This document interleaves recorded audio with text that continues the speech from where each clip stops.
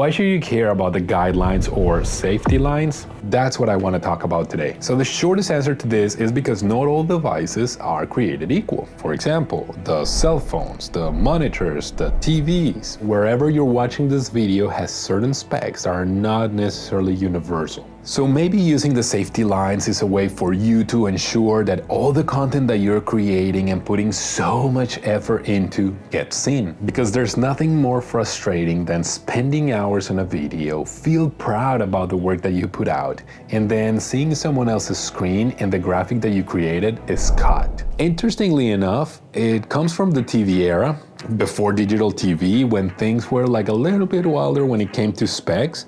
But if you think about it, with all the devices we have today, it's as relevant as ever. So you'll notice there's like two lines.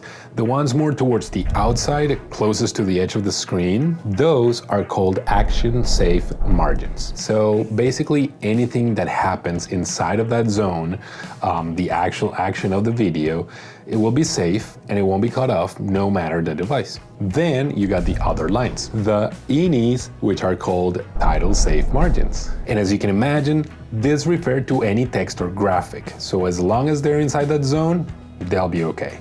Great, all of that is clear. But you're probably asking yourself, are there any standard measurements for these lines, and how do we set this up in our own videos? All right guys, so we're gonna get a little bit technical here, but I'll make it simple so it all makes sense. Even though the standards have been updated, the old measurements are still widely used in the industry. What are those? They're 10% from each edge of the screen for action-safe margins, and that was a tongue twister, and 20% also from each edge of the screen for title safe margins. If you use these values, you'll be totally fine with your videos. However, you need to know that with the digital TV, social media, etc., those values have been updated a few times. So the funny part is that if you go to Premiere Pro and you activate those guides, it still defaults to those old values. But the good news is that you can totally customize them. So what are the updated measurements? Now they are 5 to 7% for action-safe margins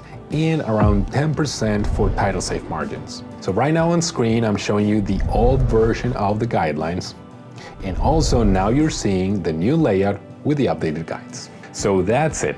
A quick, simple video to explain what these guidelines are and how they work. I hope you learned a lot. Leave your comments down below and I'll see you in the next video.